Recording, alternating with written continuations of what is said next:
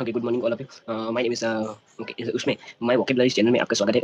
Okay, मंदिर को English में मस्जिद जो होती है, जो मुसलमान લોકો જે જાય છે સવાર સવારમાં એનું શું કહેવામાં આવે છે? મોસ્કીટો. મોસ્કીટો તો પેલું એ થઈ જાય, જાળી થઈ જાય મચ્છરની, તો મોસ્ક બોલાય છે. MOSQU મોસ્ક બોલાય છે. અગિયારીને ઇંગ્લિશમાં શું કહેવામાં આવે છે? અગિયારીને ઇંગ્લિશમાં અગિયાર જે સ્પેશિયલી પારસી લોકો માટે હોય છે એને અગિયારી કહેવામાં આવે છે. દેરાસર જે જૈન લોકો માટે, જે જૈન લોકો હશે ખબર છે ઇંગ્લિશમાં દેરાસર જ કહેવામાં આવે છે. ગુરુદ્વારા ઇંગ્લિશમાં શું કહેવામાં આવે છે? ગુરુદ્વારા કહેતા. ઓકે, જમાતખાના ઇંગ્લિશમાં શું કહેવામાં આવે છે? જમાતખાના ઇંગ્લિશમાં શું? જમાતખાનું જ કહેવાય. મઠને ઇંગ્લિશમાં જે આપણે સ્પેશિયલ જે બુદ્ધ સાધુ સંતો જે હોય છે એમને જે રહેવાની જગ્યા હોય છે એને ઇંગ્લિશમાં શું કહે છે? મોનિસ્ટ્રી કહેવામાં આવે છે. શું કહેવામાં આવે છે? મોનિસ્ટ્રી. ઓકે, શું કહેવામાં આવે છે?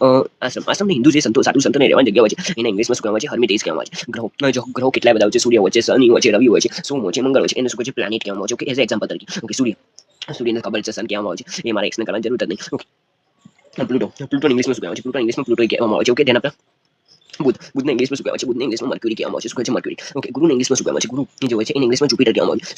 શુક્રને ઇંગ્લિશમાં શું છે? Venue is the meaning of the Venus કહેવામાં આવે છે. ઓકે, વરુણને ઇંગ્લિશમાં શું કહેવામાં છે? વરુણને ઇંગ્લિશમાં નેપ્ટ્યુન કહેવામાં આવે છે. ઓકે, મંગળને ઇંગ્લિશમાં શું કહેવામાં છે? મંગળને ઇંગ્લિશમાં માર્સ કહેવામાં આવે છે. પૃથ્વીને ઇંગ્लिशમાં શું કહેવામાં છે? पृथ्वी को इंग्लिश में अर्थ कहते हैं. क्या कहते हैं? अर्थ कहते हैं. ओके, चंद्र को इंग्लिश में क्या कहते हैं? चंद्र को इंग्लिश में मून कहते हैं. चंद्र को इंग्लिश में क्या कहते हैं? चंद्र को इंग्लिश में कहते हैं. चंद्र को इंग्लिश में मून कहते हैं. ओके, यूरेंस को इंग्लिश में क्या कहते हैं? यूरेंस को इंग्लिश में यूरेंस ही कहते हैं. उसका स्पेलिंग याद रखना. URAN जो યુ લખો પછી રન લખો US લખાઈ દો. ઓકે, જો યુએસનો સ્પેલિંગ ના યાદ રાખતું હોય તો મસ્તમાં મસ્ત રીત કહી દો. યુ અને યુ અને પછી રનનો સ્પેલિંગ લખો અને પછી US અસ લખી દો પાછા. જો યુ રન અસ લખી દો એટલે શું છે?